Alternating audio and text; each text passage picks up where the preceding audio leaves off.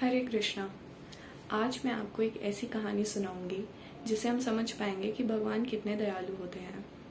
एक बार भगवान जब सुबह उठते हैं तो भगवान की इच्छा होती है कि मैं अपने गोप सखाओं के साथ एकत्रित होकर वन में भोजन करूं।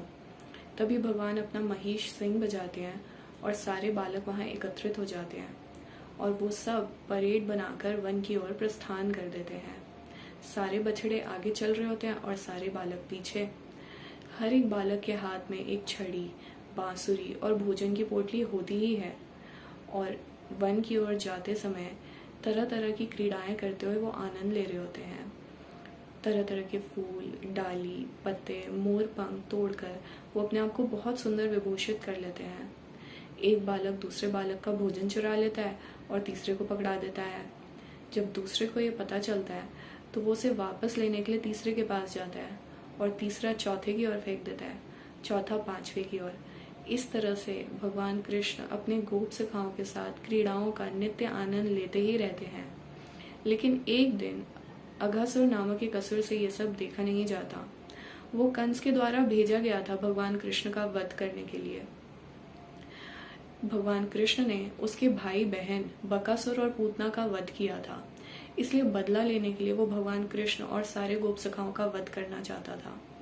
वो बहुत ही भयानक असुर था, सारे देवी देवता भी उससे डरते थे।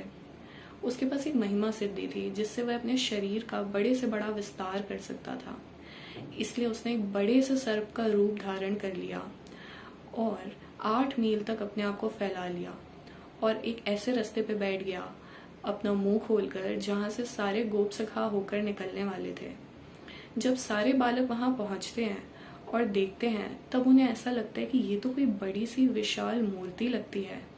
लेकिन जब ध्यान से परखते हैं तब उन्हें आभास होता है कि ये तो कोई बड़ा सा सर्प है, मानो इसने मुंह खोल ही रखा है हमें निगलने के लिए।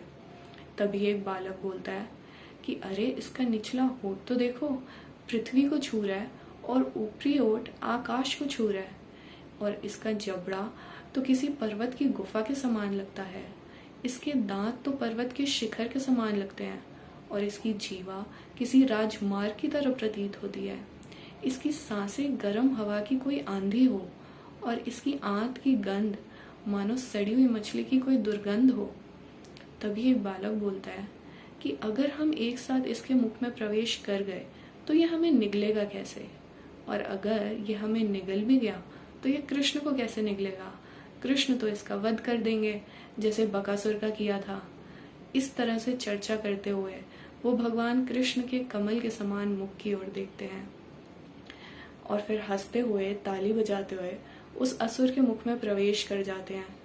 भगवान कृष्ण जो सबके हृदय में परमात्मा के रूप में वास करते हैं, वो तो समझ जाते हैं कि एक असुर है और वो सारे बालकों और बछड़ों को रोकना चाहते थे, किंतु तब तक वो प्रवेश कर चुके होते हैं। भगवान कृष्ण कुछ क्षणों के लिए बहुत शोकाकुल हो जाते हैं और फिर बड़े आश्चर्यचकित होते हैं कि मेरी माया कितने विचित्र ढंग से कार्य करती है। जब भगवान कृष्ण ऐसा सोच रहे होते हैं तब अघासुर अभी भी भगवान कृष्ण के प्रवेश करने की प्रतीक्षा कर रहा होता है। फिर भगवान कृष्ण भी अघासुर के मुख में प्रवेश कर जाते हैं।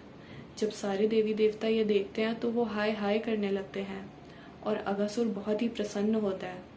अघासुर जैसे ही अपना मुख बंद करता है सबका चकनाचूर करने के लिए, तभी भगवान कृष्ण उसके गले में अपना विस्तार करने लगते हैं। जब भगवान कृष्ण अपना विस्तार करते हैं तब अघासुर का दम घुटने लगता है। हालांकि अघासुर का शरीर पहले ही बहुत विराट था, लेकिन उसकी आंखें गोल गोल घूमने लगती हैं, उसका गला रुद्ध हो जाता है, उसकी प्राण वायु को बाहर निकलने के लिए कोई जगह ही नहीं मिलती। उसके सर के ऊपर एक छिद्र हो जाता है और वहां से उसकी प्राण वायु बाहर आ जाती है और उसकी मृत्यु हो जाती है।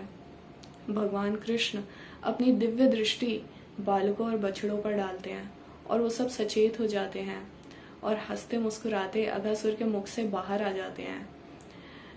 अघासुर की आत्मा आकाश में अभी प्रतीक्षा कर रही होती है और जैसे ही भगवान कृष्ण अघासुर के मुख से बाहर आते हैं तब उसकी आत्मा भगवान कृष्ण के शरीर में तदाकार हो जाती है। सारे देवी देवता ऊपर से फूलों की वर्षा करते हैं। सारे गंधर्ववासी, स्वर्गवासी भगवान की स्तुति करते हैं, नृत्य करते हैं, हर तरफ भगवान की जय जयकार हो रही होती है। ब्रह्मा जी जब ये सारी ध्वनि सुनते हैं तब वो अपने पद से नीचे उतर आते हैं ये देखने के लिए कि ससुर का वध हुआ कैसे, और बहुत ही आश्चर्यचकित होते हैं। जब भगवान कृष्ण ने ये लीला की तब भगवान कृष्ण की आयु 5 वर्ष से भी कम थी। लेकिन समझने वाली बात यह है कि अघासुर इतना पापी था, लेकिन उसके बावजूद भगवान ने उसे इतनी मुक्ति प्रदान कर दी, क्योंकि अघासुर भले ही पापी था लेकिन भगवान कृष्ण स्वयं उसके मुख में प्रवेश कर चुके थे।